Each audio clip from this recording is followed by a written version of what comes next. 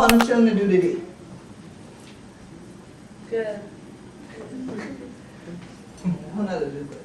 Oh, the rest broke up and things like that. Let me try it again. How are they do today? Good. On the show? And she'll tell them. On the other people break teeth like this, she'll put Guilford in. But I was in North Carolina. But see, we made it from in Seattle and things like that. We started in Jacksonville, North Carolina, and Guayna, and Jacksonville, Florida. Come to St. John River and things like that, 35 miles. I know they get to crack a geek like this show all the time, things like that. But we don't stand up there, 100 children don't stand tall to it. So then maybe we have to do, well, plenty of we people that don't do down yonder. Because otherwise the people that tell we patrol, we do things. I want to do. Okay then. Then the rest of the children where they come in there, tell we patrol every week. Because they're not stand tall to it. So anytime when 100 come in, now. 100 hear the people just say, well, good afternoon, how are you? And they don't, and it doesn't help. Okay, ¿qué pasa? ¿Cómo estás? Bien? Bien. Ah, oh, español. Aquí. Or English? No, it's not English, because when I asked you how y'all are doing in English, nobody answered. At least I said in Gullah, one person answered. It sounded like how you did. Thank you. But then all of a sudden they're like, yeah, Espanol. Right. So now, do you understand me? Not really. I see barely a couple heads nodding. I don't know what to do. Sign language? Oh, y'all laughing, so you must understand me now. Do you? Yeah. Yes. Okay. We need to establish that first and foremost. Now, it's interesting because Dr. Lawrence gave me a little bit of an overview of this course. And I like things to be over and not under.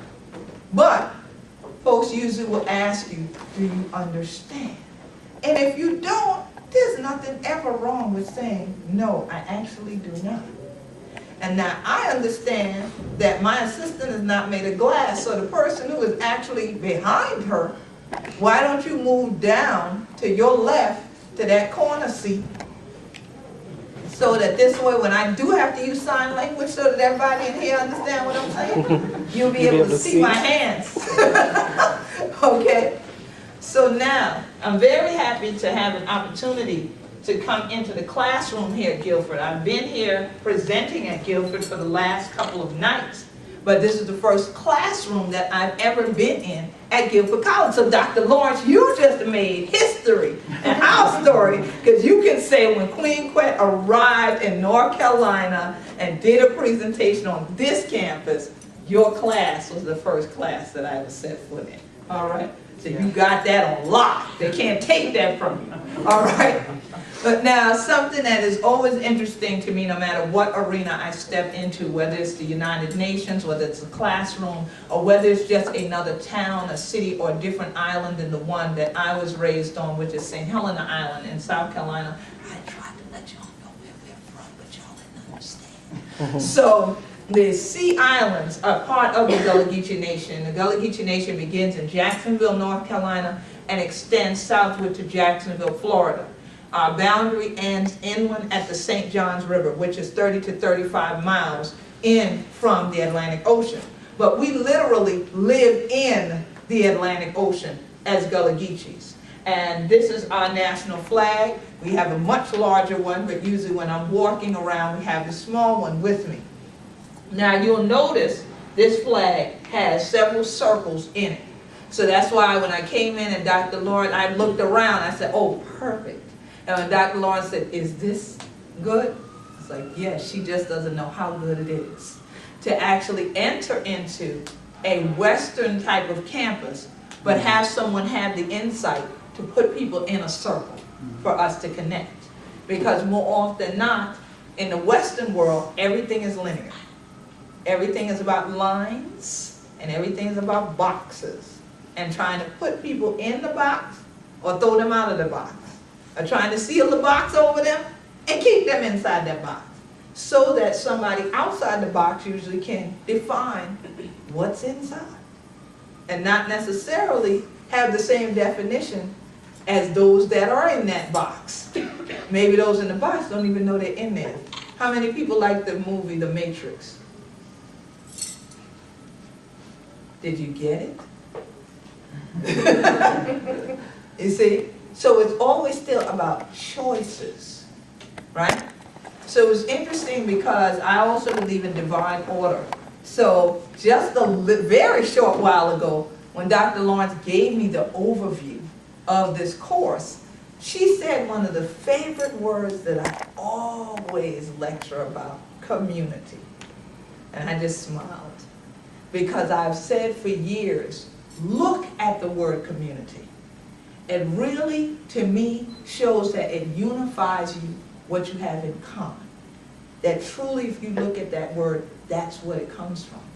And living in a communal environment, that everything in our world, as Gullah Geechees, our cosmology is always about the circle, that is so critical to realize what the commonality is.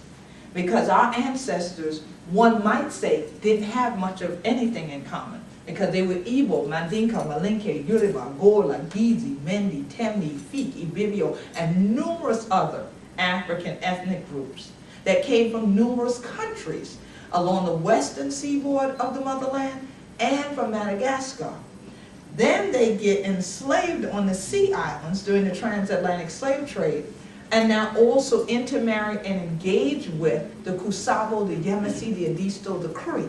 So now you have different indigenous peoples from different lands all on one land trying to now figure out how do you have community. And so you could only imagine the things that had to have gone on in order to then end up as a community now called the Gullah Geechee Nation. And I have a language and things like that, and when we were going somewhere else and things like that, and people look at me like we cracky. All right, so they have a language of our own, and when we go elsewhere, we speak it, people look at us like, are you nuts? Like, you crazy? That's not what's the matter. You know, because people are not used to hearing about the Gullah language, like y'all heard about Espanol. Correct? Mm-hmm. Okay. So, see, the thing is that people don't often come out of their circle into another one, just like people in the box. They actually believe a lot of times whatever is in there, that's all there is. Could you imagine believing that this room we're in is all there was to the whole world? Anybody got food with you? We got some coffee, we got some Red Bull. I think I got some snacks in my bag over here. I'm sure some of y'all got some in your backpacks. But would we have enough for all of us to even stay in this room for 24 hours? She said no. She looking like, I can tell you right now, just on me alone, y'all don't have it. Right? What's your name? Bridget. Bridget? Bridget's like, no. I'm going to give you a definitive answer. I like that, Bridget. So, what would you think if someone came and now locked this door? What do you think would happen? We'll just go one for one since nobody wants to raise their hand. Each one, just tell me in a real short statement, what do you think would happen? If we were stuck in this room? Yeah. I don't know. I hate to say I would just have to suck it up and wait. Suck it up Or I might climb out the window. You might climb out the window. But what if there's a window? We can't get out either. They got it locked. But that's a good choice. I mean, like, some people might be content for a while, but then everyone would just get antsy and get annoyed with each other, and somebody would eventually go out the window. Somebody eventually go out the window one way or the next time. Trying to figure out if there's any way to open the door or get out the window. Or get out the window. Same as her. Same as her? Sort of what was Sarah was saying, like I think we would be okay for a little bit, but then just get really annoyed and want to get out and just be not friendly to each other. Not friendly after a little while, right? Probably try to put a movie on the screen. Not see, yeah, trying to calm everybody down, like focus on that, right? I agree. Put a movie on and try to find a way out eventually. Okay. Yeah, if you're only stuck in here for 24 hours, I mean, that's not too bad. But you don't know that yet. That's true. And somebody came and just locked the door. We don't know how long. So probably wait until we all try to figure out how to get out. How to get out? Call for help. Coffee. See, I was waiting. I was like, look at how many people went by in panic already. And no one said, but does anybody have a cell phone? Right? I was waiting to see what happens, right? Okay, so he says call for help. He didn't say cell phone, but I'm throwing that in. Go ahead, Dolores. I think I would try to bring some light to the situation and maybe try to have some fun for a few minutes and then go into perhaps some sort of panic mode. Okay, okay. Yeah, I was gonna say talk. Talk. Okay. I'm trying to fight for the food. Fight for the food. See, I love you. What's your name? Joseph. Joseph. I love Joseph. See, that's an honest man right there. Joseph was like, I don't know how much time it's gonna be. So first, he gonna load up on supplies, then deal with all the rest of that. See, I love it, Joseph. You right there. Go I ahead. would try to go to sleep. You try to go to sleep, just sleep through the whole thing. So when you woke up, we're all gone, and now the door's locked again. You'd be like, what? Yeah, I was gonna say like try and talk with people and figure out a solution like as a group. Okay. Same thing she said. I was thinking along the lines of food also, like, I was thinking of dividing the food though. Divide the food. Yeah, right. Well, you really, you mean like I'm gonna take half and then divide the other half? Like, I'll tell people how much I have. Yeah, see, that's more honest right there. What's your name? Sophia. Sophia. I was gonna say talk. Talk. Okay. I was gonna say sleep, talk, divide food. In that order? Yeah. Sleep, talk, divide food. Okay. Food will probably be eaten while you're sleeping. You should know that. Or be divided while you're sleeping. I guess I was just thinking plan together. Plan together. Okay. My first thought was get help. Get help. You know. All right. How? I was thinking my internet source. Ah, internet. See? Another good way. Because what if they already blocked our cell phones? So we can't make calls. But maybe we can get an internet. So I found it funny, y'all would have rather watch a movie than to try to get on the internet. You know?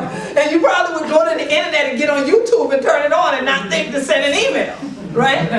And so it's so interesting because at least you are in an electronic age, and I'm a computer scientist and mathematician by degrees. And so you are in an electronic age where you could attempt to get help by various means, but you still didn't think about it.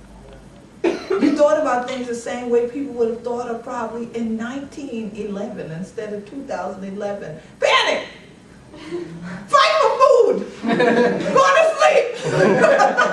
Right? So they say a whole lot changes, but then a whole lot remains the same. Okay? Because human nature, the first thing is to say, whoa, this is a different situation. So it was good, though, that the majority of people had talk in there somewhere. I didn't hear anybody say, oh, I'd probably start strangling people. Y'all did say, you know, you get annoyed, but y'all were nice about it. Y'all were real polished about it, you know. But I was thinking real world, as soon as you said what you said, like, yeah, we start getting on each other's nerves very soon. I'm like, my goodness, she didn't even let an hour go by. She like, they're on the nerves already, you know. So at least you start talking about talking. Planning, seeking help, using what we had in the room, try to divide it amongst us except for my brother right here. And to do different things that we could all at least try to get out. And I noticed several people said, try to get out, see if you can't get this door open or go out this window, all right? So whether we all went out the window after her, or if we waited for her to go out the window to see then if she would come back and open the door, would still be just as diverse as every other answer. Because even though somebody went out that window, somebody else will say, I'm not going out that window. Because we don't know if the people who locked us in this room are out the window. Let's wait. Let's see if she comes back. It's now Halloween. Y'all start thinking of movies. Right? Okay? So you may not want to follow her out the window. Then somebody else will say, forget it. The rest of y'all want to stay here, you stay. I'd rather take my chances outside the window because why? I'm not staying in a box. Because I'm not going to stay in this box. Right? Because you feel there's more out there. Right? So many of our ancestors that came from these very same plantations that are now part of the history of the Gullah Geechee Nation were part of the history of this campus. What does this campus have that's so significant to Black history? The Underground Railroad. The Underground Railroad. And what was it? It was a way for slaves to escape to the north in Canada. Okay, now, let's start there. We're gonna start with the first part, that she said, a way, all right? So all these different things we talked about is making a way. But let's go to the next part.